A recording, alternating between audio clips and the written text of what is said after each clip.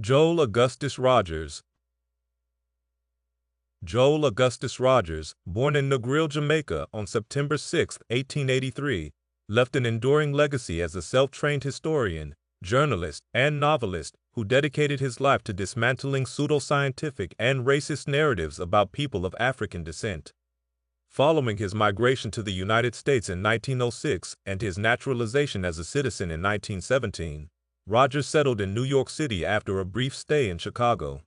His multifaceted career included jobs as a Pullman porter and a teacher, but it was in journalism and history that he found his true calling. Joel Rogers became a passionate advocate for recognizing the contributions of people of African ancestry to world history. He was especially critical of white-centric accounts that omitted or marginalized these contributions. In 1917, he published the seminal work, From Superman to Man, a book that was truly ahead of its time, where he used a narrative framework to challenge racist narratives and highlight Black people's gifts to the world. This theme would resonate throughout his best-selling works, from The 100 Amazing Facts About the Negro, 1934, to Sex and Race, Volumes 1, 1941, to 1942, and 3, 1944, to The World's Great Men of Color, 1946, and many more. To say Rogers was ahead of his time would be an understatement for the knowledge, wisdom, and information he was dishing out in the 1930s, 40s, and 50s is still not widely known today. For this very reason, it should be no surprise that the great J.A. Rogers spoke about the indigenous Black presence in ancient America in his books. In fact, in one of his last published books, Africa's Gifts to America, 1961, he made his most profound statement on the matter. Rogers had originally made comments on a Black presence in ancient America in the 1940s in his books like Sex and Race, but never in too much detail. It wasn't until his book, Africa's Gifts to America, in which Rogers stated the following. As regards the title, Africa's Gift to America, it is fitting to recall also that Africa played a role, perhaps the chief role in the earliest development of America, a period that antedates Columbus by many centuries, namely Aztec, Maya, and Inca civilizations. About 300 AD or earlier, Africans sailed over to America and continued to do so until the time of Columbus. This does not call for any particular stretch of the imagination.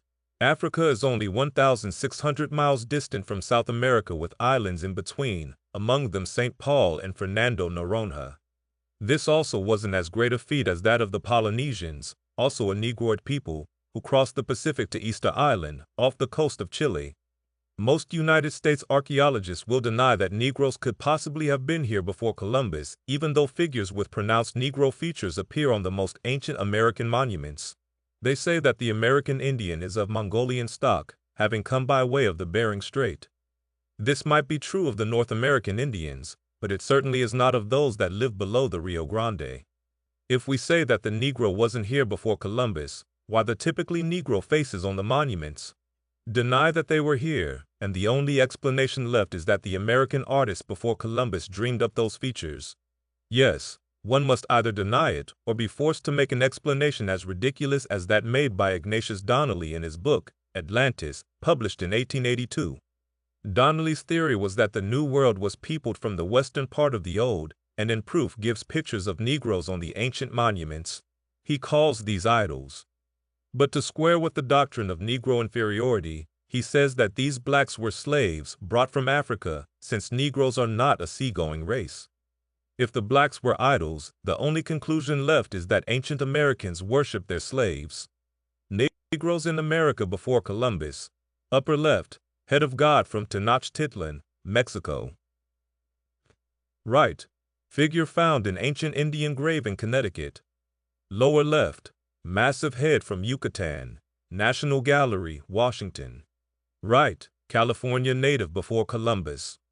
2.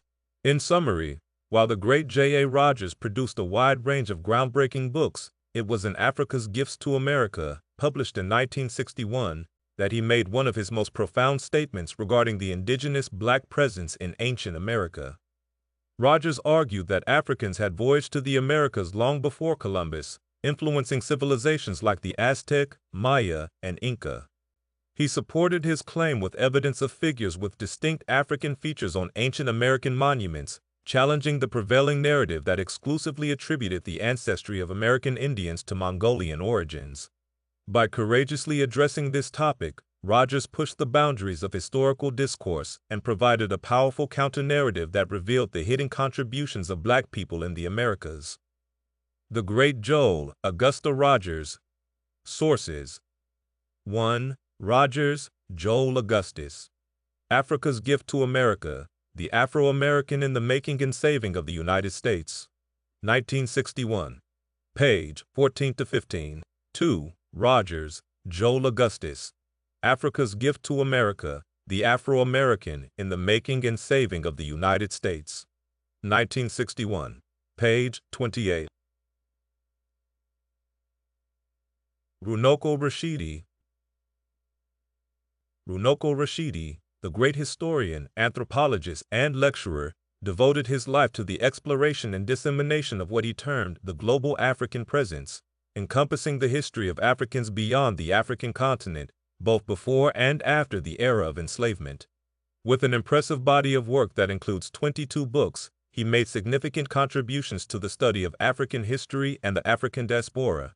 Rashidi's works, such as The Black Image in Antiquity and African Star over Asia, unveiled the rich history of African contributions to various regions of the world, challenging Eurocentric narratives and celebrating the global impact of African civilizations. As a globetrotter and a scholar, Rashidi traveled to 124 countries and delivered lectures in 67 nations, making him a prominent figure in the promotion of African history and culture on a global scale. It is from these trips that he left us a rich tapestry of knowledge, wisdom, and information concerning the African presence in ancient America. His most unique perspective, which we will highlight, came from his book, My Global Journeys in Search of the African Presence, a book that was made up of a collection of his handwritten letters that he wrote over years of travel. It was in one letter in particular that he gave us an interesting perspective on an unknown group of Black people not often spoken about in the ancient histories of America. In June 2001, Rashidi stated the following while visiting Peru. To begin with, the museums in Peru are excellent, and I was astounded by the Africoid features of many of the Moche portrait vases I saw there. Contrary to popular belief, the first Africans to come to Peru did not come as captives, that is, as enslaved people. Rather, the country that is now called Peru in all likelihood became home to many of the first waves of Blacks who crossed into the Western Hemisphere tens of thousands of years ago. The bones of these ancient Blacks have been found in Bolivia, Ecuador, and Brazil, so why would Peru be an exception? Peru is probably the most archaeologically rich country in South America, and one of the most important phases of its history is the Moche period. The Moche, or Mochica, a militaristic people little known to all but a few, erected their empire along the northern Peruvian coast around 100 CE. They built their capital in the middle of the desert around what is now the Peruvian city of Trujillo.